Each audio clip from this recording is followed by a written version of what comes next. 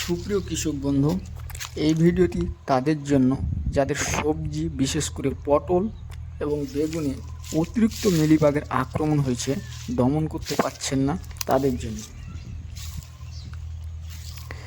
এই ভিডিওতে দেখাবো মিলিবাগ ফসলে কি কি ক্ষতি করে এবং কিভাবে আমরা খুব সহজে এগুলিকে দমন করব।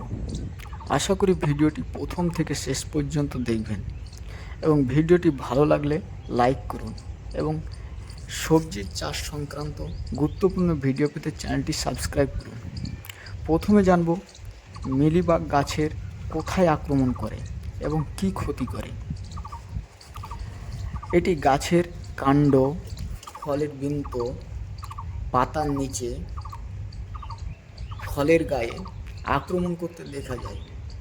এটি রং সাদা রঙের হয়ে থাকে পোকাটি। এই মিলিবাগ আক্রমণের ফলে ফলের আকার অনেক ছোট হয়ে যায় এবং গাছের বৃদ্ধি ব্যাহত হয় এবং ডগার মাথা লাল হয়ে যায় এবং বৃদ্ধি থেমে যায়। পাতার রং হলুদ আকার ধারণ করে। অতিরিক্ত আক্রমণ হলে গাছ মারা যায়। কোন কোন ফসলে আক্রমণ দেখা যায়? সমস্ত ধরনের সবজি যেমন পটল, বেগুন, ভেন্ডি ইত্যাদি। এছাড়াও ধান গাছে আক্রমণ দেখা যায়। সমাধান কি?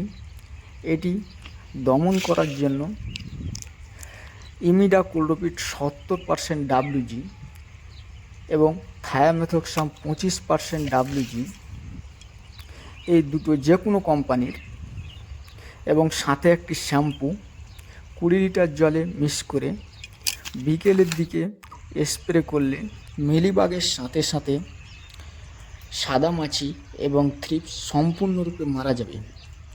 বাজারে এই কীটনাশকের প্যাকেটগুলি 15 থেকে 20 টাকার মধ্যে পেয়ে যাবেন।